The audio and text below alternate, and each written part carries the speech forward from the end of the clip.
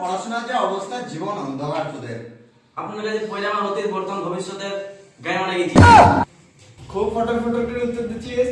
বল, আকাশের রং নীল কেন হয়, লাল না হয়ে? স্যার মাইনেটা এই প্রাইভেটে একটাই স্টুডেন্ট আছে, শাহজাহান। বাহ, একে থেকে সময় শিখবি, একে থেকে শিখতে আসিস তোরা। ছাড়, যা হয়েছে হয়েছে। তোরা অঙ্কে খুব দুর্বল আছিস, পরীক্ষায় তো কম নম্বর এসছে কেন রে? তো বাবু, আজকে পড়ানো হবে অঙ্ক। আজকে তোরা অঙ্ক করবে, অঙ্ক তোরা শিখ, অঙ্ক কিভাবে করতে হয়। বাবু, তোর কাছে 5টা আম আছে, দুটো কাউকে দিলি, তাহলে তোর কাছে কটা আম আছে এখন? আম ফাঙ্গা করে দেয় না, আমি একাই খাবো।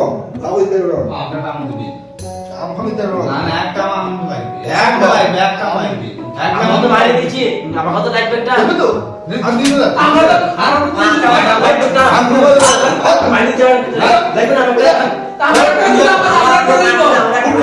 আমাদের খাওয়া চাই। এই চুপ, একদম চুপ। আমাদের খাবা? এই চুপ, সব আমি খাবো। স্যার, আমার মাথায় একটা বিরাট গুরুত্বপূর্ণ প্রশ্ন এসেছে। এই হচ্ছে আমার স্টুডেন্ট। যে প্রশ্ন করবি সেই শিখতেই বি, যে প্রশ্ন করবি না সে শিখতেই বি না। বল সালাউদ্দিন, বল তোর প্রশ্ন কি?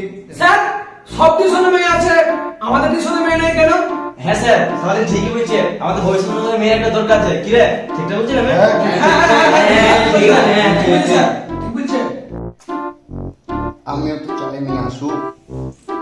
আরে হাবগান্ডুরা, তোদের চেহারাই তো ভালো, মেয়ে আসবে তো ঠিকই। জানিস তো স্যারের তো সব খারাপ, আমাদের চেহারা তো তুই জানিস। এই বল, কাল থেকে মেয়ে না আসলে কিছু হবে না হবে না,